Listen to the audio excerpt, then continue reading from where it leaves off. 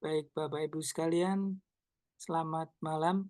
Kita jumpa lagi di pengajaran KPKS Hieronymus bersama Pak Seto Marsunu.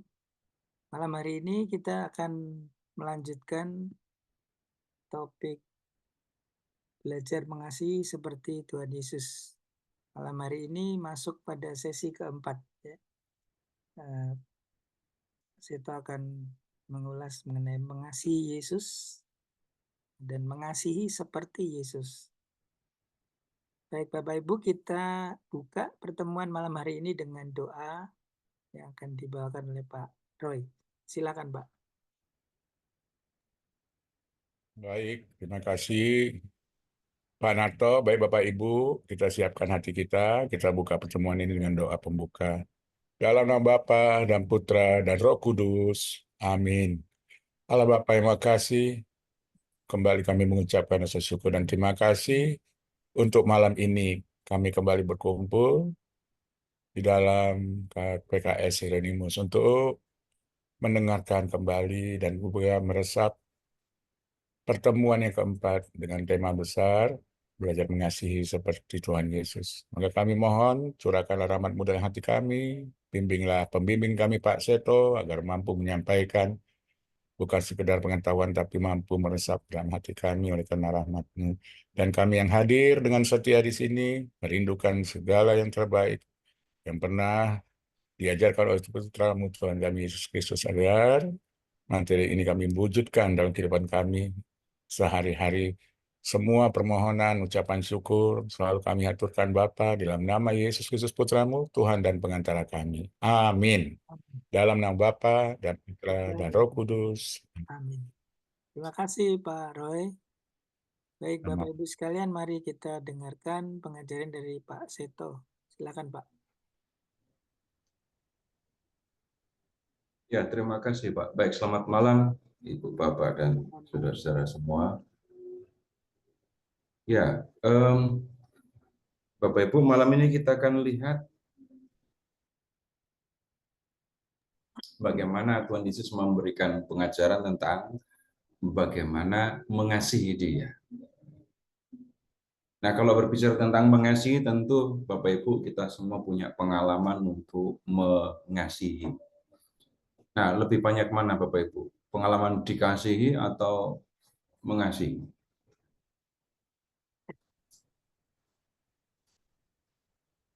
Susah jawabnya.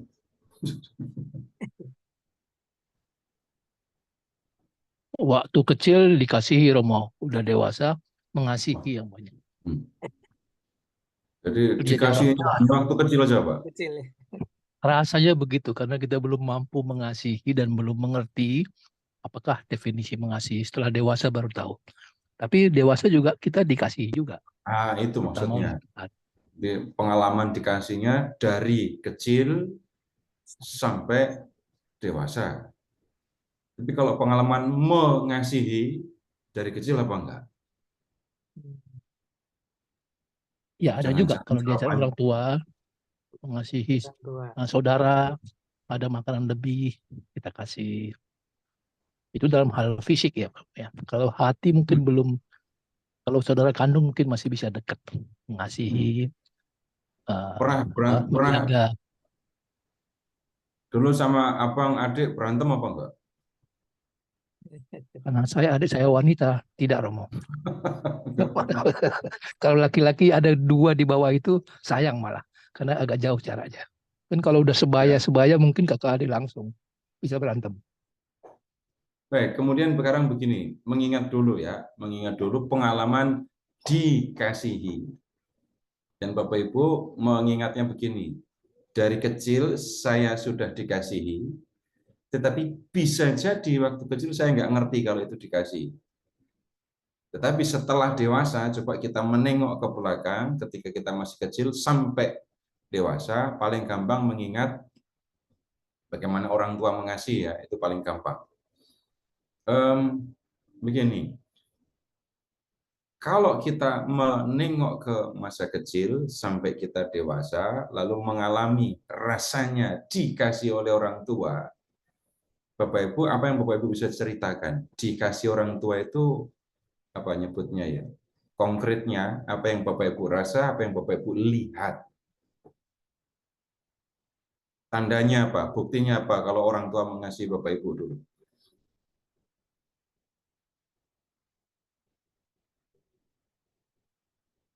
Memberi Minta sesuatu tumpangan. diberi, Ya, Minta sesuatu diberi, terus Tidak membiarkan hal-hal yang ini yang mencelakakan kita. tidak membiarkan orang tua tidak akan membiarkan kita didekati, diganggu oleh hal-hal yang bisa mencelakai kita. Gitu. Terus, apalagi kalau anak perempuan, pasti lebih berasa ini, jangan-jangan ya.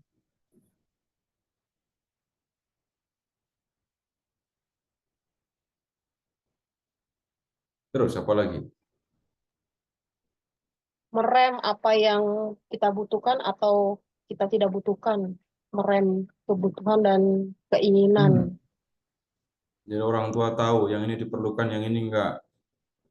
Kalau yang diperlukan, itu disiapkan. Kalau yang enggak diperlukan, ini enggak usah. Sekarang kalau dibalik, Bapak Ibu semua mengasihi orang tua kan? Setelah Bapak Ibu dewasa, tetap mengasihi orang tua kan? Nah, buktinya apa, wujudnya apa? Kalau saya itu mengasihi orang tua saya. Entah sudah meninggal, entah masih hidup, enggak masalah. mendoakan, menemani, Mendoakan, menemani. Itu senangnya punya anak perempuan itu. Yang lebih banyak menemani orang tua, itu anak laki-laki atau anak perempuan? Kan? Laki, Pak. Ya, yakin. Ya, kalau Batak itu anak paling bungsu orang tua, Pak. Itu yang paling punya tanggung jawab untuk ngurusi orang tua ya. Terus, apalagi tandanya kalau mengasihi orang tua? Nah, untuk orang tua yang masih hidup, jelas nungguin, jagain, mengunjungi, siapa lagi? Kadang-kadang cuma ngajak ngobrol gitu ya. Berikutnya lagi, kalau orang tua kita itu sudah tidak ada, maksudnya sudah meninggal, saya masih mengasihi dia apa enggak? Masih. Nah, tandanya apa kalau saya mengasihi orang tua saya yang sudah meninggal, sudah enggak ada lagi? Mengingat nasihatnya, mendoakan dia, Pak. Mengingat nasihatnya, diingat-ingat terus gitu ya. Terus mendoakan, supaya Nyekar, Pak. menjaga amanatnya, menjaga amanatnya, Nyekar kebetulan. teladannya. memperhatikan teladannya, ngikuti teladannya gitu kan. Ini pas ngomong kayak gini, pas temanya kayak gini, pas saya kangen sama ibu saya lagi. sama. Iya. Iya, Pak. Ada lagi? Baik, sekarang baru kita lihat teksnya ya. Silahkan ke Injil Yohanes bab 14. Nanti kita akan lihat hal yang senada dengan yang kita bicarakan ini tadi. Yohanes 14 ayat 15 sampai dengan 26. Kita akan lihat secara menyeluruh dulu perikopnya ya. Jikalau kamu mengasihi aku, kamu akan menuruti perintah-perintahku. Aku akan minta kepada Bapa, dan Ia akan memberikan kepadamu seorang penolong yang lain, supaya Ia menyertai kamu selama-lamanya, yaitu Roh kebenaran. Dunia tidak dapat menerima Dia, sebab dunia tidak melihat Dia dan tidak mengenal Dia. Kamu mengenal Dia, sebab Ia menyertai kamu dan akan tinggal di dalam kamu. Aku tidak akan meninggalkan kamu sebagai yatim piatu. Aku akan datang kepadamu. Sesaat lagi dunia tidak akan melihat aku lagi, tetapi kamu akan melihat aku, sebab aku hidup dan kamu pun akan hidup. Pada waktu itulah kamu akan tahu bahwa aku di dalam Bapa-Ku dan kamu di dalam aku, dan aku di dalam kamu. Siapa yang memegang perintah-perintahku dan melakukannya, dialah yang mengasihi aku. Siapa yang mengasihi aku, ia akan dikasihi oleh Bapakku, dan aku pun akan mengasihi dia dan akan menyatakan diriku kepadanya. Yudas yang bukan Iskariot berkata kepadanya, Tuhan, apa sebabnya engkau hendak menyatakan dirimu kepada kami dan bukan kepada dunia? Jawab Yesus, jika seseorang mengasihi aku, ia akan menuruti firman-Ku, dan Bapakku akan mengasihi dia, dan kami akan datang kepadanya dan tinggal bersama-sama dengan dia. Siapa saja yang tidak mengasihi aku, ia tidak menuruti firman-Ku. Firman yang kamu dengar itu bukanlah dari aku, melainkan dari Bapa yang mengutus aku. Semuanya itu kukatakan kepadamu selagi aku berada bersama kamu. Namun, penolong, yaitu Roh Kudus, yang akan diutus oleh Bapa dalam namaku, dialah yang akan mengajarkan segala sesuatu kepadamu dan mengingatkan kamu akan semua yang telah kukatakan kepada. Nah, Bapak Ibu, apa yang disampaikan di dalam perikop ini merupakan bagian dari wejangan panjang yang disampaikan oleh Tuhan Yesus kepada para rasul menjelang kematiannya. Jadi pada malam menjelang kematiannya itu kan Tuhan Yesus, ini Injil Yohanes ya, mengajak murid-muridnya untuk makan malam bersama, dan pada kesempatan itu Yesus mencuci kaki mereka. Nah, sesudah itu Tuhan Yesus menyampaikan wejangan panjang kepada mereka. Jadi apa yang disampaikan di Injil Yohanes bab 13 sampai dengan 16 ini sebenarnya merupakan satu rangkaian ya wejangan perpisahan Yesus dengan murid-muridnya. Nah, kemudian begini, kalau yang disampaikan oleh Tuhan Yesus ini disampaikan menjelang kematiannya, berarti tidak lama lagi para murid akan berpisah dari Yesus. Bapak Ibu lihat ke ayat 19 ya. Ayat 19. Sesaat lagi dunia tidak akan melihat aku lagi. Sesaat lagi dunia tidak akan melihat aku lagi. Kenapa? Malam harinya Tuhan Yesus ditangkap, keesokan harinya Yesus diadili, dijatuhi hukuman mati dan disalibkan, lalu wafat di kayu salib. Nah, sejak itu manusia, orang-orang Yahudi tidak bisa tidak melihat Yesus lagi. Tetapi kamu akan melihat aku sebab aku hidup dan kamu pun akan hidup.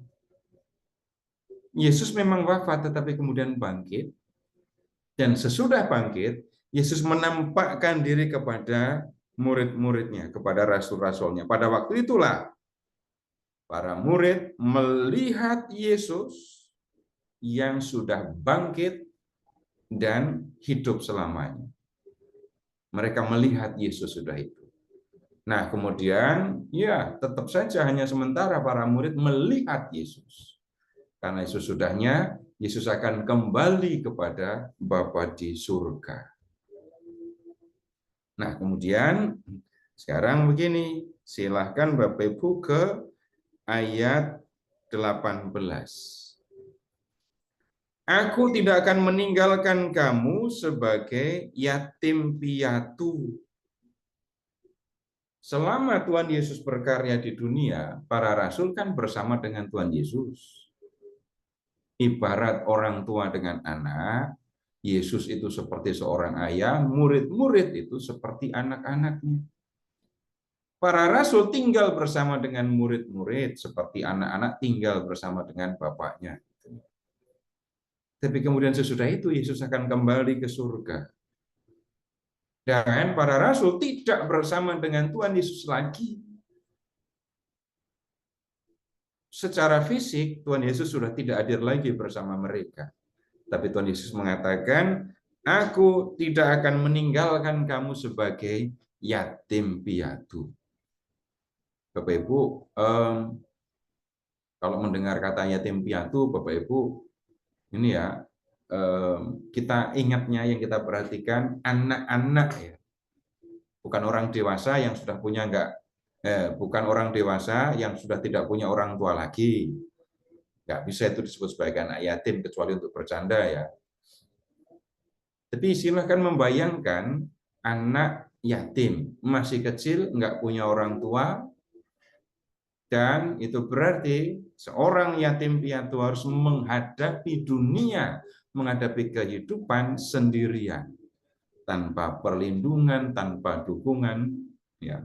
Segala risiko kehidupan bisa dihadapi, bisa ditanggung oleh seorang yatim piatu. Nah, risikonya tinggi sekali. Dan Tuhan mengatakan, aku tidak akan meninggalkan kamu sebagai yatim piatu. Aku akan datang kembali kepadamu. Tetapi datangnya Yesus setelah dia naik ke surga, tidak lagi dalam wujud fisik seperti dia menjadi manusia ya. Apa yang dilakukan supaya para murid tidak menjadi seperti yatim piatu? Aku akan datang lagi kepadamu. Nah, tapi datangnya, Bapak Ibu, lihat sekarang ke ayat 16. Aku akan minta kepada Bapa dan Ia akan memberikan kepadamu seorang penolong yang lain, supaya Ia menyertai kamu selama-lamanya. Jadi ini penolong, kemudian disebut itu roh kebenaran. Di ayat 26 dia disebut Roh Kudus. Ya. Ini yang akan menyertai para murid setelah Yesus kembali ke surga. Situasi yang tadinya bisa jadi sangat menakutkan seperti seorang anak yatim piatu yang menghadapi semuanya sendirian, tapi tidak seperti itu. Tuhan Yesus akan mengirimkan penolong untuk menyertai para murid. Nah, sekarang begini. Jikalau kamu mengasihi aku, kamu akan menuruti perintah-perintahku. Bapak Ibu amati, tak cari di mana lagi ketemu ayat yang seperti itu. Kalimat yang seperti itu muncul di ayat berapa lagi?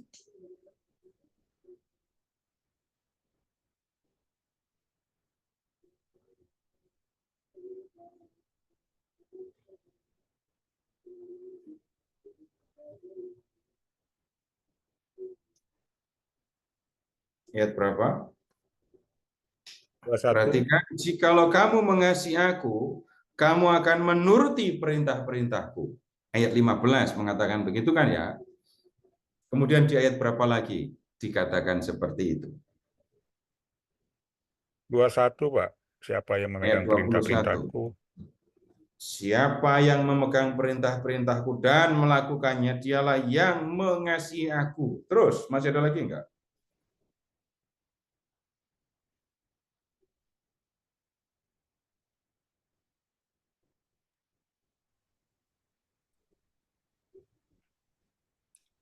Dua tiga, Pak. Ayat 23 ya.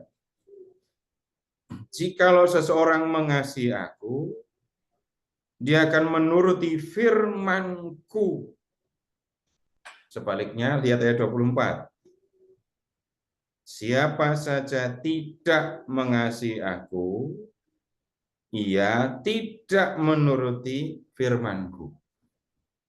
Nah, Bapak Ibu, ini tanda yang sederhana yang ditunjukkan oleh Tuhan Yesus tentang bagaimana mengasihi Dia. Para murid, kalau memang mereka mengasihi Yesus, mereka akan melakukan apa yang diperintahkan, apa yang difirmankan oleh Yesus. Nah, yang kita perlu perhatikan begini, orang yang mengasihi itu aktif. Orang yang mengasihi itu tidak bisa diam. Orang yang mengasihi itu tidak cukup hanya mengatakan aku mengasihi. Ibu-ibu, apakah cukup cuman dibilang sama suami I love you gitu setiap hari tapi nggak dikasih duit? Suaminya di rumah, Enggak lah, Pak. Hah? Enggak lah. Suaminya di rumah aja Cinta. nggak ngapa-ngapain, cuma ngomong I love you gitu terus. Orang yang mengasihi nggak bisa diam. Orang yang mengasihi itu bertindak, berbuat, dan kemudian dari perbuatannya, dari perbuatan orang yang mengasihi, orang yang dikasihi bisa melihat, bisa merasakan. Dan kemudian kalau melihat teks ini tadi, orang yang mengasihi itu kasihnya tidak bisa dibatasi oleh kehadiran secara fisik. Bapak Ibu tadi menyebut contoh-contoh ya, kalau saya mengasihi orang tua saya yang sudah meninggal, itu saya akan mendoakan dia. Saya akan mengingat nasihatnya. Saya mengingat amanatnya. Dan apa yang dinasihatkan, apa yang diamanatkan, itu saya lakukan sekarang. Bapak Ibu gini, Bapak Ibu pernah nggak ngomong begini? Ini papa saya pasti akan senang kalau melihat saya sekarang seperti ini. Walaupun papa saya sudah meninggal, gitu ya. Kalau dia melihat saya seperti sekarang ini, pasti papa saya akan tersenyum. Pernah ngomong gitu apa enggak? Entah papa, entah mama, entah papa, entah ibu, atau yang dianggap sebagai orang tua, kakek, nenek, gitu. Dia sudah meninggal, nggak ada lagi. Tapi kalau dia melihat yang saya lakukan sekarang, dia pasti akan senang. Maksudnya begini, ya Bapak Ibu paham yang saya maksudkan, tapi contohnya begini saja. Bapak saya itu dulu senang sekali belajar Alkitab. Belajar Alkitab. Sampai usia lanjut, belajar. Ikut kursus kitab suci. Bapak saya rumahnya di Kalasan ya. Ikut kursus kitab suci di paroki Kota Baru. Dari Kalasan ke Kota Baru. Dapat sertifikat ada. Saya pernah lihat sertifikatnya, itu yang tanda tangan I Suharyo PR gitu. Sertifikat dari yang tanda tangan itu yang mengajar kursus itu. Padahal bapak saya nggak punya mobil, nggak punya motor, bahkan nggak bisa naik motor. Bisa ikut kursus kitab suci sampai di Kota Baru.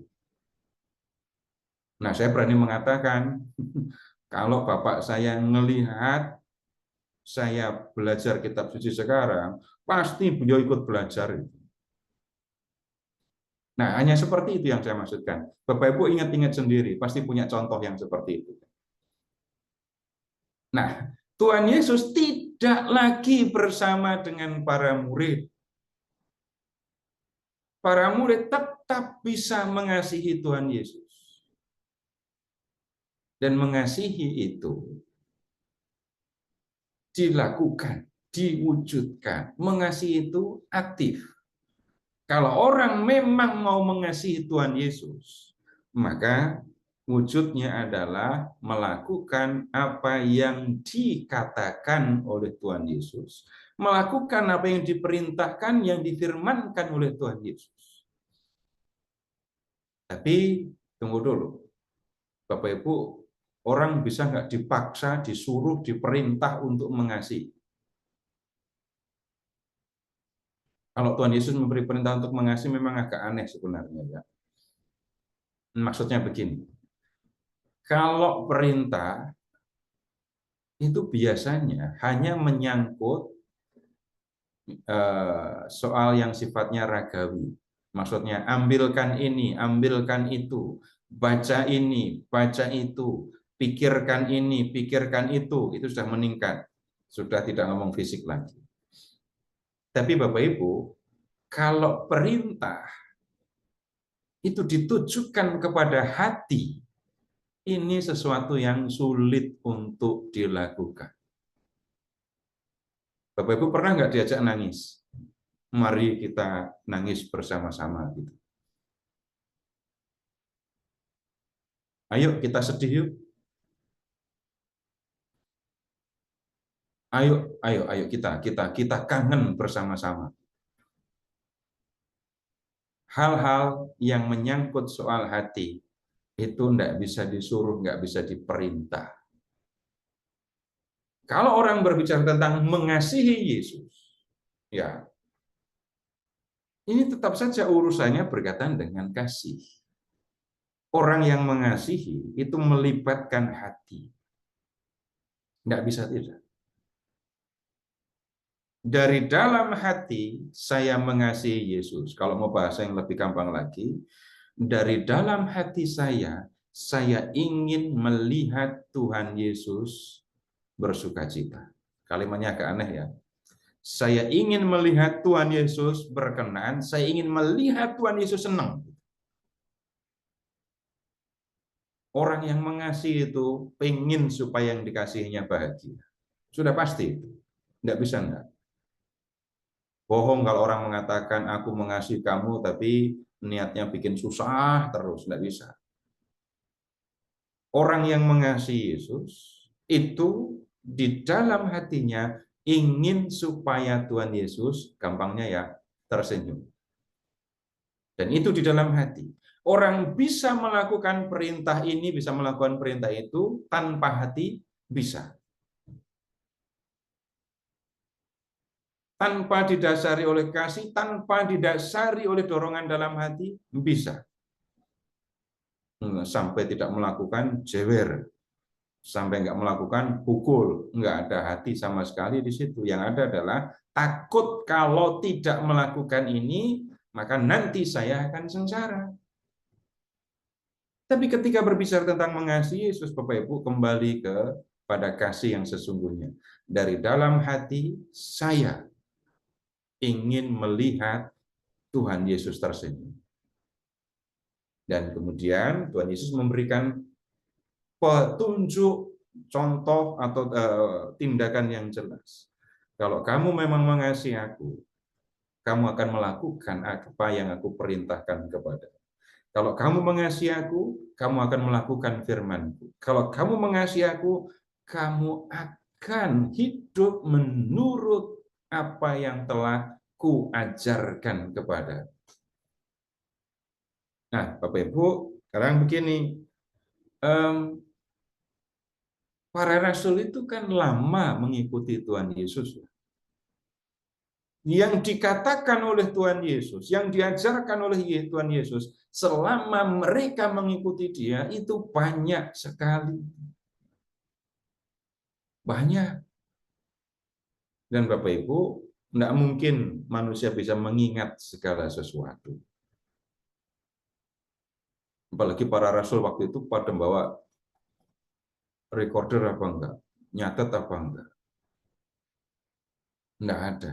Nah, Bapak Ibu, Tuhan Yesus sudah tidak bersama mereka lagi secara fisik, tapi kemudian Tuhan Yesus akan meminta kepada Bapa, dan Bapa akan memberikan penolong, ayat 16, dan penolong itu akan menyertai kamu. Penolong itu adalah roh kebenaran. Nah, tentang roh itu, ayat 17, dunia tidak dapat menerima Dia, sebab dunia tidak melihat Dia dan tidak mengenal Dia. Namun kamu mengenal Dia, sebab Ia menyertai kamu dan akan tinggal di dalam kamu. Jadi roh kebenaran, penolong yang diutus oleh Bapa, itu menyertai para murid, tinggal di dalam diri para murid. Nah, kalau ini disebut penolong, kan jelas ya, tugasnya menolong saya. Kalau dia menolong saya, maka aneh kalau saya tidak mengenal dia. Dan Tuhan mengatakan, kamu mengenal dia sebab ia menyertai kamu dan akan tinggal di dalam kamu. Tolong amati kalimat terakhir di ayat 17 itu. Kamu mengenal Sang Penolong karena kamu menyertai, karena dia menyertai kamu. Atau karena dia karena kamu mengenal dia, maka dia menyertai kamu. Ternyata bukan yang kedua ya. Saya mengenal penolong, maka penolong menyertai kamu. Karena aku mengenal penolong, maka penolong menyertai aku. Bukan begitu. Karena dia menyertai aku, maka aku mengenal dia. Nah, penolong kalau begitu hadir dalam diri para murid sebelum para murid mengenal dia. Tapi penolong itu sudah menyertai para murid. Karena penolong itu menyertai para murid, maka para murid mengenal dia. Nah, sekarang begini ilustrasinya ya. Ilustrasinya. Bapak Ibu yang baptis bayi. Yang baptis bayi. Baptis dulu. Baru belajar tentang Tuhan Yesus kan ya. Kemudian ketika dibaptis terima Roh Kudus. Kemudian berikutnya terima sakramen Krisma, terima Roh Kudus lagi. Kemudian berikutnya saya sudah kenal dengan Roh Kudus, maka Roh Kudus datang kepada saya. Apakah seperti itu? Ternyata tidak. Roh Kudus diberikan kepada saya bahkan sebelum saya mengenal dia. Dan Roh itu sudah menyertai saya. Nah, sekarang mengingatnya begini saja.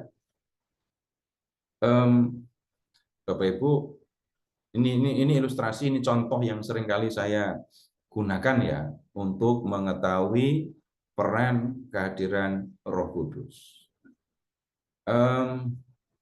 Ini sekali lagi contoh yang sering saya gunakan. Bapak Ibu silahkan mengingat ketika di dalam hati muncul keinginan untuk melakukan yang baik. Ya, saya hanya tahu dalam diri saya muncul keinginan untuk melakukan yang baik. Ketika saya melakukannya sungguh-sungguh, maka terjadilah saya melakukan yang baik. Itu yang saya alami. Apakah kemudian pada waktu itu saya sudah langsung tahu? Karena sebelumnya sudah diberitahu, ini pasti peran Roh Kudus. Setelah kita mengalami macam-macam hal, bagaimana Roh Kudus menyertai kita, barulah kita tahu, oh, Roh Kudus menyertai saya, memberikan kepada saya dorongan untuk melakukan yang baik. Roh itu menyertai, maka kemudian kita mengenal dia. Nah, kemudian sekarang silahkan ke ayat 25 dan 26. Ini masih bicara tentang penolong tadi ya. Semuanya itu kukatakan kepadamu selagi aku berada bersama kamu. Namun penolong yaitu Roh Kudus yang akan diutus Bapa dalam namaku, dialah yang akan mengajarkan segala sesuatu kepadamu dan mengingatkan kamu akan semua yang telah kukatakan kepadamu. Jadi yang akan dilakukan oleh Roh Kudus kalau membaca ayat 26, mengajarkan segala sesuatu kepadamu. Yang kedua, mengingatkan kamu akan semua yang telah kukatakan kepadamu. Nah, Bapak Ibu, dua hal ini ya. Yang pertama yang dilakukan oleh Roh Kudus itu mengajarkan segala sesuatu. Yang kedua, mengingatkan ajaran Tuhan Yesus yang pernah didengar oleh para rasul.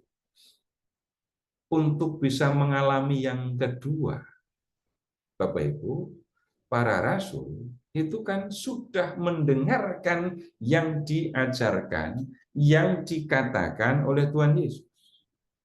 Jadi para rasul selama Yesus hidup, selama mereka mengikuti Yesus, mereka mendengar apa yang diajarkan Tuhan Yesus. Terus gitu ya.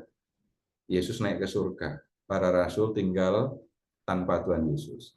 Roh penolong, Roh Kudus penolong itu kemudian mengingatkan para murid tentang ajaran-ajaran yang pernah mereka dengar dari Tuhan Yesus.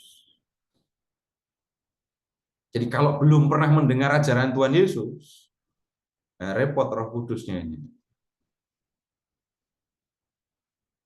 Mau mengingatkan apa? Enggak pernah dengar kok mau diingatkan.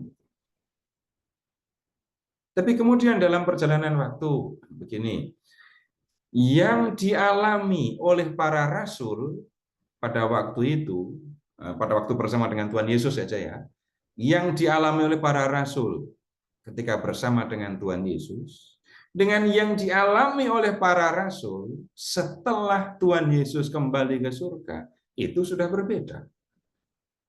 Ketika para rasul berkarya di Yerusalem, dengan ketika para rasul berkarya di luar Yerusalem, di luar Palestina, itu juga sudah berbeda. Yang dialami oleh para rasul dulu dengan yang dialami oleh para pengikut Yesus sekarang berbeda lagi. Nah, Bapak Ibu, apa yang dilakukan oleh para rasul dulu cocok untuk zamannya. Misalnya begini, para rasul dulu Bapak Ibu, kalau misa di mana? Di zaman para rasul, mereka kalau misa di mana? Pindah-pindah. Pindah-pindah. Pindah dari mana ke mana? Rumah ke Dari rumah. rumah anggota jemaat yang satu ke Perdana. rumah anggota jemaat yang lain kan ya? Sekarang, Bapak Ibu bisa berlaku kayak gitu? Misalnya di rumah-rumah saja gitu. Sebelum terlalu jauh sampai sekarang ya, di zaman para rasul, EKRC dilakukan dari rumah ke rumah. Kemudian ketika gereja, iman Kristiani diterima di dalam kekaisaran Romawi, jumlah pengikut Yesus luar biasa banyak. Kalau mau ekaristi di rumah, ini nggak ada rumah yang muat untuk menampung jemaat. Maka yang kemudian terjadi, ya dibangunlah gedung-gedung gereja.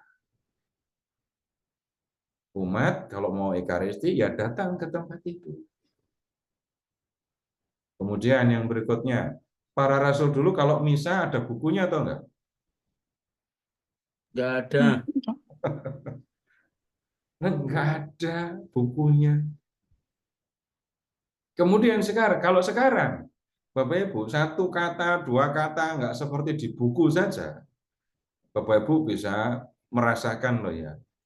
Ini ada yang berbeda kata-katanya. Situasi berbeda. Pernah para rasul menghadapi penganiayaan. Tapi di lain kesempatan, para rasul menghadapi jemaat yang malas untuk menjadi pengikut Yesus, untuk hidup sebagai pengikut Yesus. Situasi yang berbeda, situasi yang berubah. Terus, apa yang dilakukan para rasul? Bapak Ibu lihat, disitulah Roh Kudus mengajarkan kepada para rasul apa yang harus mereka lakukan. Dan proses yang sama Bapak Ibu sebenarnya kita alami kan ya. Saya sudah mengikuti Yesus. Saya sudah belajar tentang apa yang diajarkan oleh Tuhan Yesus. Nanti dalam perjalanan waktu, Bapak Ibu silahkan mengingat, mungkin sudah mengalami bagaimana Roh Kudus itu mengingatkan saya tentang apa yang pernah diajarkan oleh Tuhan Yesus kepada saya. Roh Kudus menolong saya untuk mengingat apa yang pernah diajarkan Tuhan Yesus. Kalau begini, kalau dalam pengalaman ketika belajar kitab suci bersama Bapak Ibu seperti ini, Bapak Ibu, saya hanya bisa ngomong, ngajak Bapak Ibu buka, baca, dengerin gitu kan ya. Tetapi apa yang terjadi dengan pikiran Bapak Ibu, apa yang terjadi di pikiran Bapak Ibu, apa yang terjadi di dalam hati Bapak Ibu, saya tidak tahu. Yang saya tahu hanyalah saya percaya bahwa Roh Kudus bukan hanya menolong saya, tetapi Roh Kudus juga menolong Bapak Ibu semua untuk mengerti apa yang diajarkan oleh Tuhan Yesus, dan pada waktunya Roh Kudus menolong Bapak Ibu untuk mengingat apa yang sudah Bapak Ibu dengarkan dari Tuhan Yesus, yang sudah Bapak Ibu pelajari dari firman yang disampaikan Tuhan Yesus. Kalau itu saya percaya, saya yakin, dan saya tahu kalau saya percaya itu. Nah, kemudian di luar apa yang tertulis dalam kitab suci, Bapak Ibu silahkan amati sendiri bagaimana Roh Kudus menolong kita untuk bertindak, untuk hidup sesuai dengan yang diajarkan Tuhan Yesus dalam situasi tertentu, dalam keadaan tertentu, ketika bertemu dengan orang tertentu. Dan ini sesuatu yang nyata loh ya, bukan khayalan. Kalau saya ngomong lancar kayak gini, ini bukan karena tadi saya menghafal apa yang ada di buku, enggak. Saya tetap akan mengatakan pengalaman bagaimana Roh Kudus mengajarkan apa yang harus saya omongkan, apa yang harus saya lakukan dalam situasi tertentu kepada orang tertentu. Ini hal yang nyata, real, konkret. Kita yang mengikuti Yesus kenal itu gerak Roh Kudus. Orang yang tidak mengenal Roh Kudus nggak akan tahu ini ada apa kayak gini. Nah sekarang ini begini Bapak Ibu, silahkan mengingat ini ya, bagaimana Bapak Ibu berhadapan dengan situasi tertentu, entah sulit, entah berat, entah ringan, ya. Tapi pada saat yang sama Bapak Ibu bisa mengambil sikap yang tepat, berbicara tepat. Kadang-kadang hal yang besar, kadang-kadang hal yang sederhana saja. Bapak Ibu misalnya begini ya, misalnya begini. Kalau berbicara tentang sesuatu hal, orang yang tidak suka menyindir orang lain, orang yang tidak suka menyindir orang lain, orang yang biasa menjaga perasaan orang lain, itu merasa sama sekali tidak nyaman kalau sampai ucapan saya menyindir, padahal saya tidak punya maksud. Saya nggak suka nyindir orang. Saya tidak pernah pengen nyindir orang, gitu ya. Tapi kalau saya memberi contoh, lalu contoh saya itu ternyata nyindir orang, itu kan bisa menyakiti. Apalagi ketika berbicara, misalnya di pertemuan gitu ya, saya berbicaranya sambil nengok orang tertentu. Nggak sengaja, nggak punya niat, nggak punya maksud. Itu sudah pasti omongan saya dan tatapan saya itu akan melukai orang itu. Nah, Bapak Ibu, kalau pernah ketemu yang seperti itu, ingat juga. Pernah nggak mengalami rasanya diingatkan, jangan ngomong itu. Kenapa? Kata-katamu itu bisa menyakiti orang ini, orang ini, orang ini. Itu konkret, itu nyata. Bukan hanya di pendalaman Alkitab, tapi juga dalam pergaulan, dalam kehidupan yang nyata, dalam kehidupan sehari-hari. Roh Kudus menolong kita untuk memilih kata yang harus diucapkan. Roh Kudus menunjukkan kepada kita untuk tidak mengucapkan ini, untuk tidak mengucapkan itu, karena itu bisa menyakiti. Sebaliknya, Roh Kudus bisa menolong kita untuk mengatakan ini, karena kata-kata itu akan menghibur, menguatkan orang-orang yang memang perlu kekuatan pada waktu itu. Itu Bapak Ibu yang kita bisa lihat di dalam ini perikop ini ya. Dan dengan cara seperti itu, Bapak Ibu, Roh Kudus itu menolong kita untuk mengasihi Tuhan Yesus. Kalau kamu mengasihi aku, kamu akan menuruti perintahku. Secara umum kita bisa mengatakan, kalau kamu mengasihi aku, kamu akan melakukan apa yang berkenan kepadaku, kamu akan melakukan apa yang membuat aku tersenyum. Saya pakai kata-kata sederhana ini. Kalau kamu mengasihi aku, itu yang akan kamu lakukan. Nah, Roh Kudus menolong kita untuk melakukan semua itu. Nah, nanti kita akan lihat di bagian yang berikutnya, ini yang lebih jelas lagi tentang perintah Tuhan Yesus itu. Tapi sebelum lanjut, Bapak Ibu, kalau ada yang perlu disampaikan, perlu ditanyakan, silakan. Silakan Bapak Ibu, ada yang mau bertanya mungkin.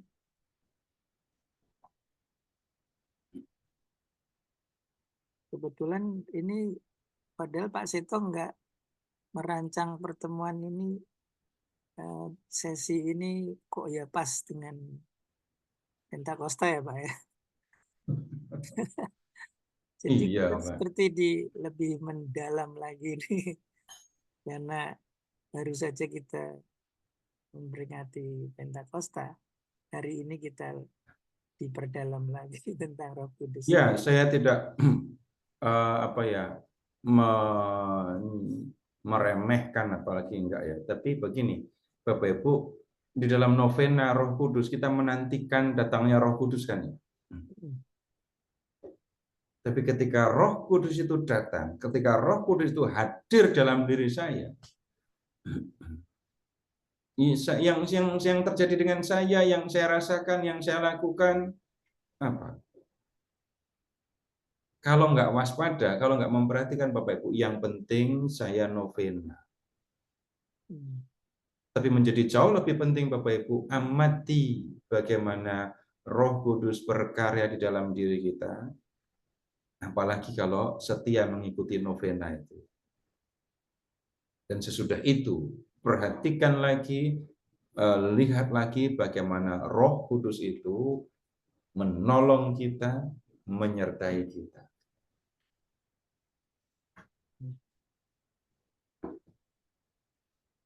Ada yang mau bertanya mungkin Bapak Ibu, silakan.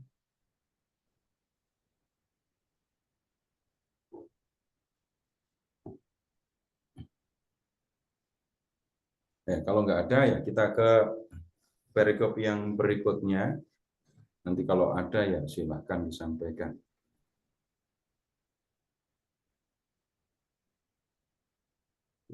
Kita beralih ke Yohanes 15 ayat 9 sampai dengan 17. Panjang perikopnya. Dari ayat 9. Seperti Bapa telah mengasihi aku, demikian juga aku telah mengasihi kamu. Tinggallah di dalam kasihku itu. Jikalau kamu menuruti perintah-perintahku, kamu akan tinggal di dalam kasihku, seperti aku menuruti perintah Bapakku dan tinggal di dalam kasihnya. Semuanya itu kukatakan kepadamu, supaya sukacitaku ada di dalam kamu, dan sukacitamu menjadi penuh. Inilah perintahku, yaitu supaya kamu saling mengasihi, seperti aku telah mengasihi kamu. Tidak ada kasih yang lebih besar daripada ini, yakni seseorang memberikan nyawanya demi sahabat-sahabatnya. Kamu adalah sahabat-sahabatku, jikalau kamu melakukan apa yang kuperintahkan kepadamu. Aku tidak lagi menyebut kamu hamba, sebab hamba tidak tahu apa yang diperbuat oleh tuannya.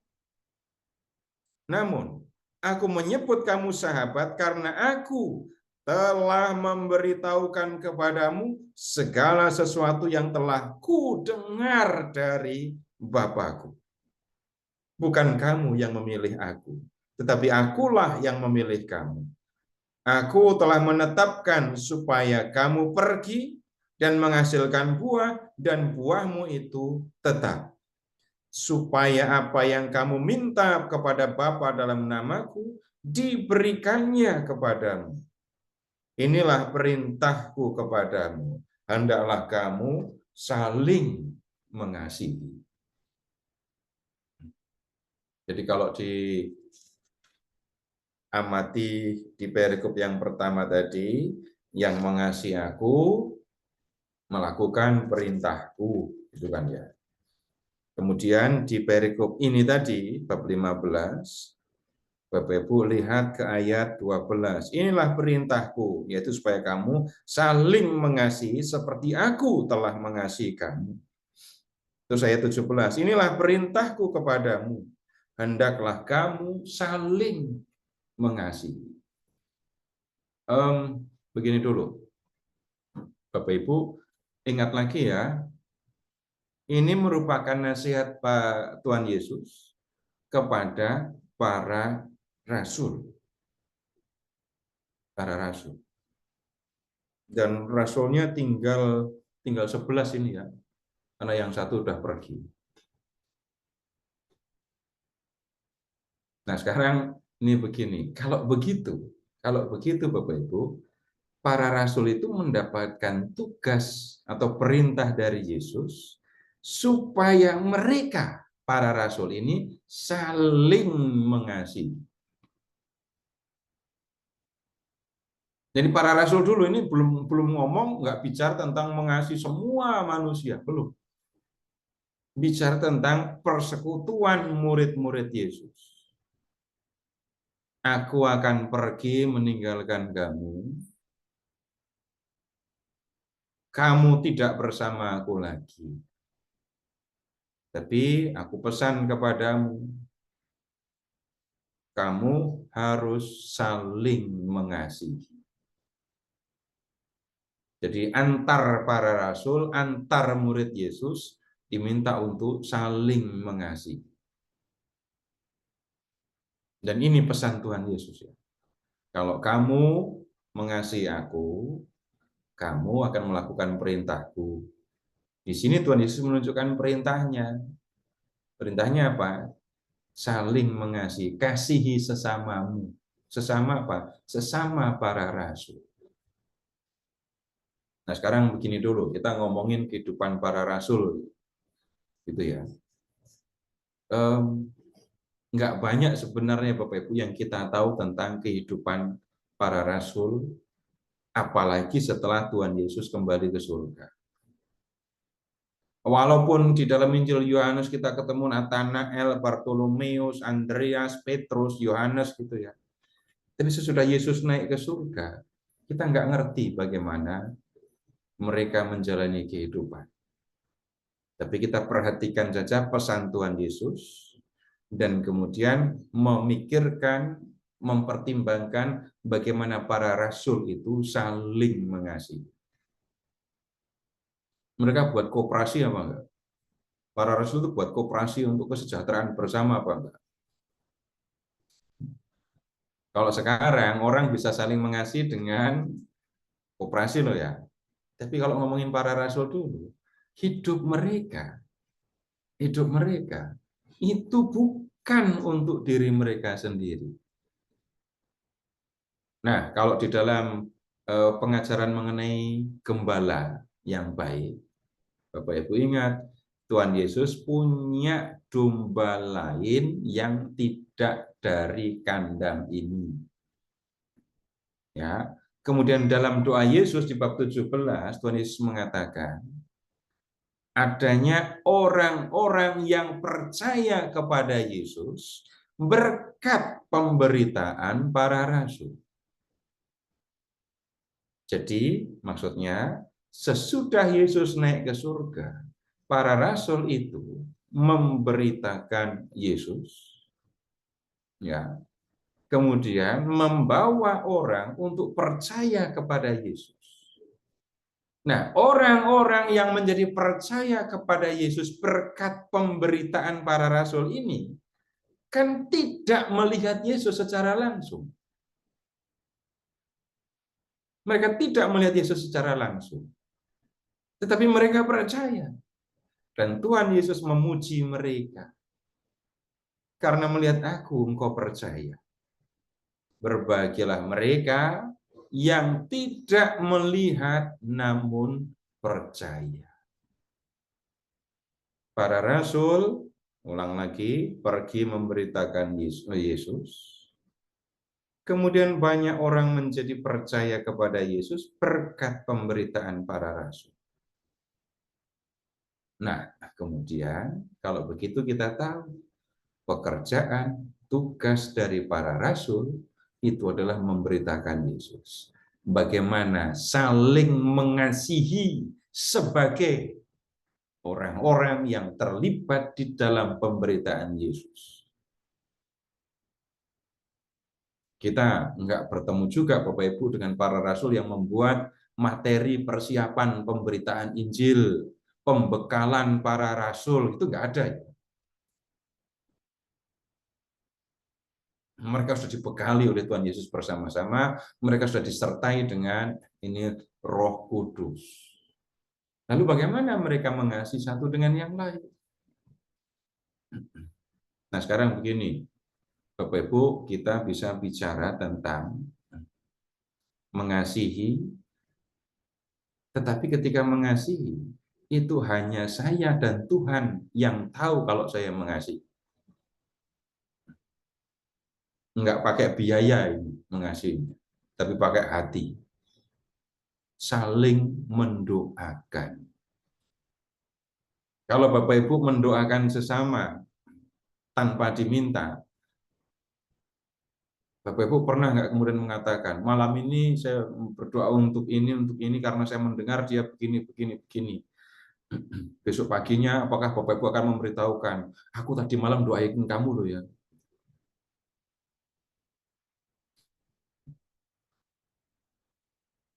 Pernah ngomong kayak gitu apa enggak?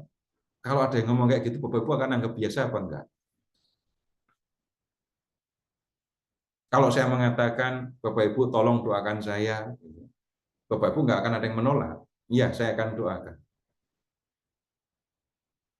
Tapi kemudian misalnya ya, saya sakit, terus Bapak Ibu saya minta gini, tolong doakan saya. Terus Bapak Ibu berdoa sungguh-sungguh, beneran, dan saya sembuh. Terus Bapak Ibu apakah kemudian akan memberitahu saya, tadi malam saya doakan Bapak, puji Tuhan Bapak sudah sembuh, berkat doa saya, gitu ya.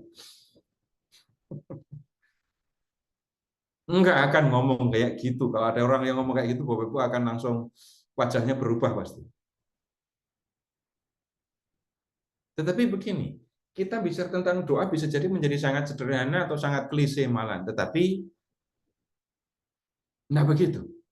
Ketika saya berdoa untuk orang lain, untuk sesama saya, demi kebaikan dia, maka Bapak Ibu yang sedang terjadi apa?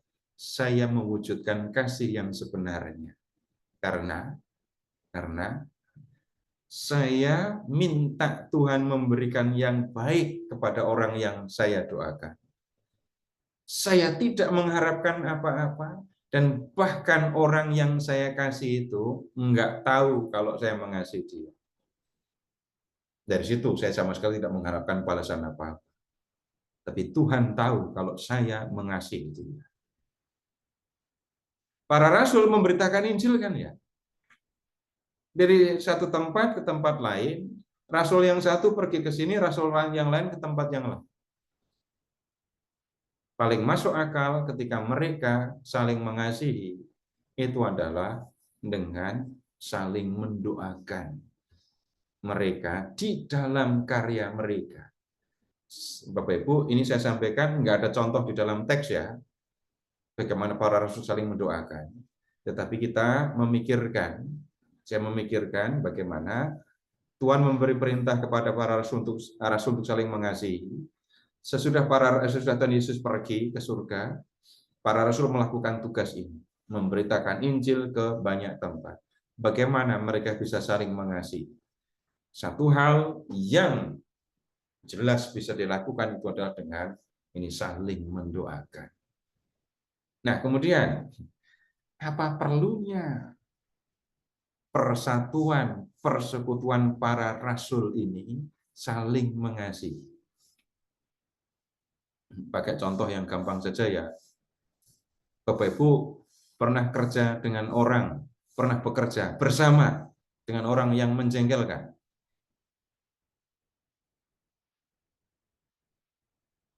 Selain saya, Bapak Ibu pernah ketemu orang lain yang menjengkelkan apa enggak?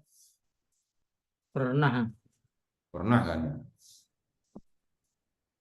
Nah, sekarang begini. Kalau Bapak Ibu bekerja dalam satu tim bersama atau di dalam tim itu, orang-orangnya itu ini loh. Orang-orang irian semua. Maksudnya gampang iri. Kalau diminta mengerjakan sesuatu, masa saya yang ngerjain, yang lain pada ngapain? Kemudian ketika ada temannya yang mengerjakan sesuatu dan diterima, malah iri. Yang satu nggak mau ngerjain apa-apa, karena iri, enak aja nyuruh-nyuruh, enak aja saya harus kerja. Kemudian ketika ada orang lain yang mau bekerja, lalu pekerjaannya diterima oleh orang banyak, yang tadi nggak mau kerja itu malah iri. Coba kerja dalam situasi kayak gitu rasanya gimana? Kalau Bapak Ibu bicara apa adanya, pengen siapa? Bapak Ibu yang mundur atau orang itu yang mundur? Gitu kan? Itu bekerja di dalam kelompok, di dalam tim yang bisa dikatakan menjengkelkan, tidak saling memahami, malah diwarnai dengan iri hati, itu pekerjaan itu bisa jadi lebih berat dari yang sebenarnya kan. Lalu bisa jadi juga kalau ketemu rekan-rekan sekerja yang seperti itu, pekerjaan kita jadi double. Pekerjaan yang pertama itu pekerjaan untuk Tuhan dan gereja, ini juga sudah makan pikiran, tenaga gitu ya. Pekerjaan yang kedua, mengurusi orang-orang yang saya pakai kata menjengkelkan itu tadi saja.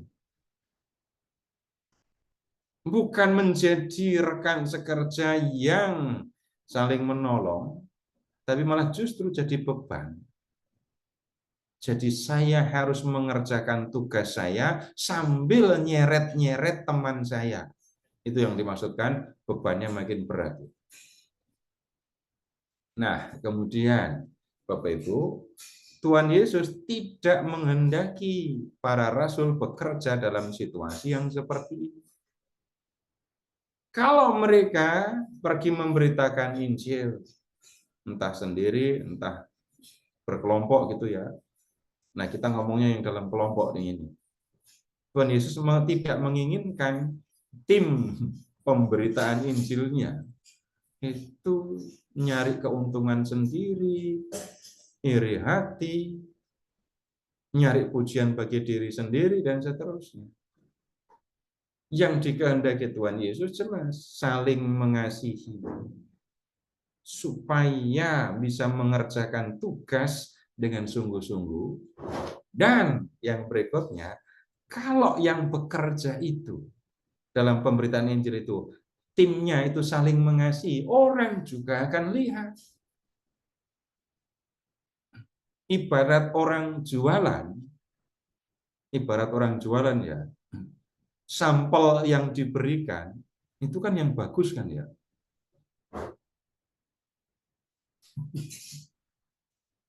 Jadi kalau orang jualan, saya nggak pinter jualan, saya nggak ngerti jualan sebenarnya. Tapi kalau orang memang jualan, kan nggak cuma ngomong doang. Tapi akan ditunjukkan nih kalau kamu pakai baju ini jadinya kayak gini. Oh, yang ini cocok buat kamu. Ini aksesorisnya kayak gini. Tunggu, ini saya ngomong kayak gini karena Ini di depan saya ada kakak saya yang biasa jualan itu. Jadi kalau sedang jualan, bajunya yang begini, kalau badannya begini, yang cocok begini, aksesorisnya begini. Nah, dia sendiri pakai aksesoris macam-macam. Kan begitu kalau jualan. Saya bicara tentang mengikuti Yesus. Tuhan Yesus itu mengasihi, mengajak para muridnya untuk saling mengasihi. Nah, kalau murid-muridnya sendiri nggak saling mengasihi, lalu akan menjadi tim yang aneh, menjadi ajaran yang aneh. Orang ini menyampaikan ajaran Tuhan Yesus, tetapi yang mereka lakukan nggak seperti yang mereka ajarkan. Nah, perintah untuk saling mengasihi, sekali lagi Bapak Ibu, saya tidak tarik langsung kepada kehidupan kita sekarang, tapi saya mengajak Bapak Ibu untuk melihat bagaimana murid-murid dulu saling mengasihi. Nah, kemudian kita lihat lagi ke dalam teks, begini. Ayat 9. Seperti Bapa telah mengasihi aku, demikian juga aku telah mengasihi kamu. Tinggallah di dalam kasihku. Jikalau kamu menuruti perintahku, kamu akan tinggal di dalam kasihku, seperti aku menuruti perintah Bapakku dan tinggal di dalam kasihnya. Bapak Ibu, kita masih ketemu hal yang senada. Menuruti perintah dengan mengasihi. Yesus mengasihi Bapa. Ya. Karena itu, Yesus menuruti perintah Bapa. Para pengikut Yesus diingatkan, kalau kamu mengasihi aku, kamu akan melakukan perintahku. Dan kemudian, lihat ke ayat 10. Jikalau kamu menuruti perintah-perintahku, kamu akan tinggal di dalam kasih. Seperti aku menuruti perintah Bapakku dan tinggal di dalam kasih-Nya. Nah, Bapak Ibu, ini yang agak sulit untuk dijelaskan. Tinggal di dalam kasih Yesus. Tinggal dalam kasih Yesus. Cara yang kita bisa lakukan ya dengan memperhatikan analogi, dengan memperhatikan ini ilustrasi. Bapak Ibu silahkan mengingat ketika Bapak Ibu masih ini kecil dulu ya.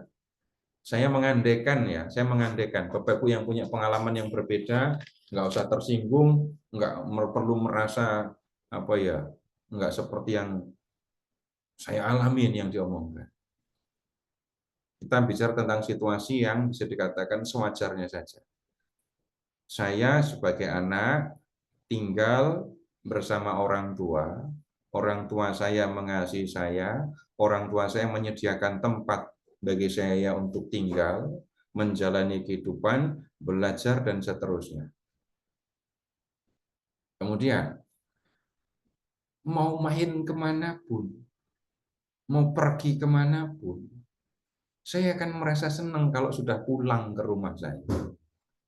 Di situ saya merasa tenang, merasa senang, merasa nyaman. Kenapa? Yang ada di dalamnya adalah orang tua saya yang mengasihi saya, yang menyediakan tempat berlindung untuk saya. Enggak ada masalah waktu itu misalnya ya, mau tidur di tikar, mau tidur di lantai, mau tidur di tempat tidur, enggak ada masalah. Tapi merasa tenang, merasa nyaman kalau sudah tidur di rumah. Kalau situasinya yang sebaliknya, orang tua saya itu enggak mengasihi saya. Kemudian apapun yang dia katakan, apapun yang mereka ucapkan, itu wujudnya adalah kebencian kepada saya. Baru makan sudah dimarahi. Mulai tidur baru nyenyak-nyenyaknya diguyur air. Sedang belajar sungguh-sungguh, besok mau ujian, malah disuruh-suruh. Situasi yang pertama dengan situasi yang kedua jelas bertentangan. Nah, Bapak Ibu silakan membayangkan yang pertama. Tinggal bersama, tinggal di dalam naungan orang tua yang mengasihi saya. Gitu. Nah, kemudian begini, saya itu dikasih orang tua saya. Lalu antara saya dengan orang tua saya, ya memang orang tua dengan anak. Apa yang diharapkan orang tua saya lakukan, apa yang dikatakan orang tua saya kerjakan. Sehingga suasana di dalam rumah itu akan membuat saya senang karena saya mengasihi orang tua saya mengasihi saya, orang tua saya melindungi saya. Nah, bayangkan situasi yang seperti itu. Ini betah Bapak Ibu kalau tinggal di tempat yang seperti itu kan ya. Dan sebaliknya, ini kalau baru ngapain, udah dipukulin, baru ini dikatain kasar dan seterusnya. Nah, ini nggak nyaman di situ. Nah, tinggallah dalam kasihku. Tinggallah dalam kasihku seperti aku tinggal dalam kasih Bapakku. Nah, sekarang begini. Bapak Ibu, yang ini pakai ilustrasi yang berbeda lagi ya. Apakah Bapak Ibu dari kecil sampai dewasa itu ingat Tuhan terus? Ada yang seperti itu loh ya, nggak masalah. Kalau memang seperti itu yang bukan soal, itu yang diharapkan. Tapi nyatanya banyak ada yang ini di waktu tertentu, di usia tertentu, saya nggak mikir Tuhan, saya nggak peduli dengan Tuhan, saya pikir pekerjaan terus, saya pikir uang terus, atau malah sebaliknya, saya mikir masalah saya terus. Sampai Tuhan pun nggak saya pedulikan karena saya terlalu sibuk dengan masalah saya. Nah, dalam situasi yang seperti itu, Bapak Ibu, tolong amati situasi batin. Bandingkan setelah atau bandingkan dengan masa ketika saya terus ingat dengan Tuhan. Ketika saya merasa terus berada bersama dengan Tuhan. Berbeda atau enggak situasinya? Perhatikan sekali lagi soal batin, ya. Bukan soal deposito, bukan soal kantong. Tapi soal batin yang diperhatikan. Nah, kemudian begini. Kalau kita mengamati dan memperhatikan situasi ketika kita ingat dengan Tuhan terus, kemudian enggak pernah lupa dengan Tuhan, ya masalah tetap saja ada. Masalah tetap saja ada. Kesehatan harus dijaga, makanan dijaga, keluarga dijaga, diurusin semua. Tapi kemudian ketika saya mengerjakan semuanya, mengalami semuanya bersama dengan Tuhan Yesus dan merasa ada dalam naungan Tuhan Yesus, maka situasi batin kita akan berbeda, situasi batin kita akan berubah. Situasi batin orang yang merasa bersama dengan Tuhan yang menyertai tadi itu. Supaya bisa mengalami yang seperti ini bagaimana? Balik lagi ke pesan Tuhan Yesus. Pahami ajaran Tuhan Yesus. Lakukan apa yang diperintahkan Tuhan Yesus. Perhatikan pekerjaan penolong di dalam diri kita. Itu yang akan menolong kita, sekali lagi, untuk bisa mengalami rasanya hidup di dalam kasih Bapa, di dalam kasih Yesus. Nah, kemudian sekarang begini. Ayat 11. Semuanya itu kukatakan kepadamu, supaya sukacitaku ada di dalam kamu, dan sukacitamu menjadi penuh. Sukacitaku ada di dalam kamu. Kalau Tuhan Yesus menyampaikan ini semua tadi, tujuannya sebenarnya adalah supaya murid-muridnya itu mengalami rasanya gembira yang sebenarnya. merasakan gembira seperti gembiranya Tuhan Yesus. Wah, ini agak repot lagi menjelaskan ya. Gimana Tuhan Yesus bergembira dan bagaimana juga kegembiraan Tuhan Yesus saya rasakan. Begini saja dulu, begini dulu. Bapak Ibu, ini juga hal yang sering kali saya sampaikan.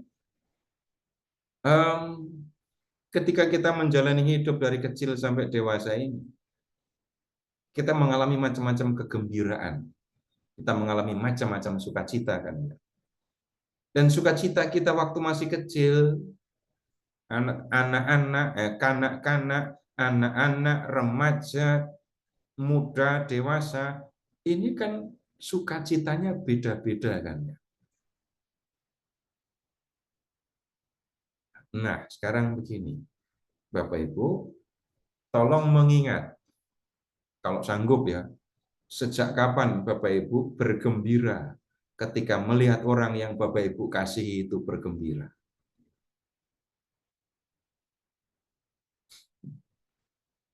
Saya bergembira ketika melihat orang yang saya kasihi bergembira. Bisa nggak mengingat? Tapi hebat sih kalau bisa mengingat.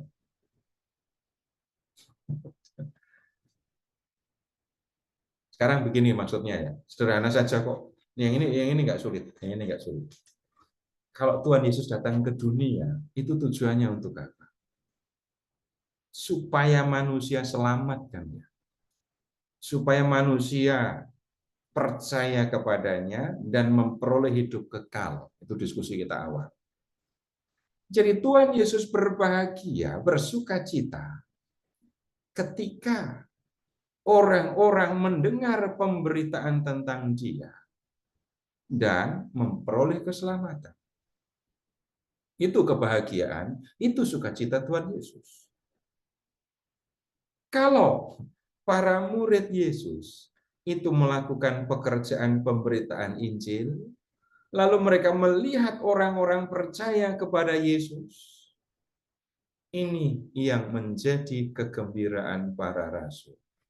Dan kalau begitu, kegembiraan Tuhan Yesus sudah dirasakan oleh para rasul. Kegembiraan yang sama, Bapak Ibu, itu selayaknya juga kita nikmati. Kegembiraan yang kita alami dari kecil sampai dewasa bisa jadi berbeda-beda. Tetapi kebahagiaan yang seperti dialami Tuhan Yesus, itu adalah ketika melihat orang lain yang saya kasihi, itu benar dalam hidupnya. Dan kemudian ya memperoleh jaminan keselamatan. Jadi yang menyenangkan, menggembirakan untuk para pengikut Yesus harusnya adalah melihat orang lain hidup benar, dan dengan demikian saya percaya bahwa dia pun akan memperoleh kebahagiaan yang sejati di surga, yaitu kegembiraan ya orang yang percaya kepada Yesus. Kalau mau melihat yang seperti ini, Bapak Ibu, kalau mau melihat yang seperti ini, belajarlah, lihatlah para katekis itu. Lihatlah para katekis itu. Kenapa saya mengajak Bapak Ibu lihat para katekis, dan nanti juga jadilah katekis gitu ya. Tugas katekis itu apa? Mengantar orang ya untuk menjadi orang yang percaya kepada Yesus. Kegembiraan seorang katekis itu yaitu ketika melihat orang yang ingin mengikuti Yesus sekarang sudah benar-benar menjadi pengikut Yesus. Kegembiraan itu Bapak Ibu bisa dirasakan, bisa dialami. Tapi kalau disuruh cerita, ya ceritanya ya cuma begitu doang. Karena kata-kata nggak akan memadai untuk merasakan kegembiraan ini. Tanya aja, cari aja katekis. Kalau katekis nggak kayak gitu, itu malah dipertanyakan. malah akan dipertanyakan kalau kegembiraannya kayak gitu. Katekis yang sejati akan bergembira ketika melihat orang yang mau mengikuti Yesus sekarang benar-benar menjadi pengikut Yesus, lebih bergembira lagi ketika melihat dia menjadi pengikut Yesus yang sungguh-sungguh. Dan itu berarti lebih lanjut, bergembira karena penuh harapan yang saya temani itu akan tinggal bersama dengan Yesus dalam kemuliaan abadi di surga. Jadi ini yang kita bisa lihat, kita bisa pahami berkaitan dengan sukacitaku ada di dalam kamu dan sukacitamu jadi penuh. Kalau nggak jadi katekis, memang bisa mengalami yang seperti ini. Bisa. Bapak Ibu, ini pertanyaannya agak sinis ya. Mana yang lebih membuat orang tua berbahagia? Anaknya kaya atau anaknya mengasihi Tuhan Yesus? Pilihannya nggak enak, makanya sudah katakan saya isinya sudah nggak nyaman itu tadi pilihannya. Mana yang akan lebih membuat orang tua berbahagia? Anaknya kaya atau anaknya mengasihi Tuhan Yesus? Pasti nggak ikhlas pilih satu. Bukan pasti sih. Biasanya nggak ikhlas pilih satu. Kalau mau agak serakah dikit ya, agak mau serakah dikit, yang nomor satu yang mana? Yang pilih Mengasihi dua, Tuhan. tapi yang nomor satu yang diutamakan yang mana? Mengasihi Tuhan. Mengasihi Tuhan kan ya. Tapi tolong amati, training dari kecil kepada anak-anak itu lebih memberi perhatian kepada yang nomor satu atau nomor dua? Satu, Pak. Sekolah yang tinggi. Kadang dominan satu, kadang dua. Kadang satu, kadang dua. Gampang kok mengingatnya. Tujuan orang tua menyekolahkan anak-anak sampai sekolah tinggi gitu ya. Itu tujuannya apa? Biar bisa hidup sendiri, Pak. Biar bisa survive, Pak. Jangan bergantung sama orang. Padahal orang tua Katolik itu sejak anak masih bayi saja sudah diajak ikut Tuhan Yesus kan ya? Ini perhatikan saja, Bapak, Ibu, orang tua Katolik, itu orang Katolik yang biasa saja lah. Itu ngajari anak-anak nyebut nama Tuhan Yesus itu waktu anak umur berapa? Anak belum bisa ngomong aja disuruh nyebut-nyebut Tuhan Yesus kan ya. Iya. Bahkan anak masih di perut aja sudah diajak ngomong tentang Tuhan Yesus kan ya. Iya. Orang tua pingin anaknya dari kecil ikut Tuhan Yesus. Nomor satu itu. Tapi situasi berubah kapan? Ketika saya memberi perhatian, ketika saya lebih memperhatikan soal ekonomis tadi itu sejak kapan itu ada yang berubah di situ. Ini anak ke gereja apa enggak, ngerti Tuhan apa enggak ngurus, yang penting sekolahnya. Benar, kalau nggak waspada bisa begitu loh ya. Saya tidak mengatakan semua begitu, enggak. Jadi kalau nggak waspada, nggak diperhatikan, orang bisa masuk dalam situasi yang seperti itu.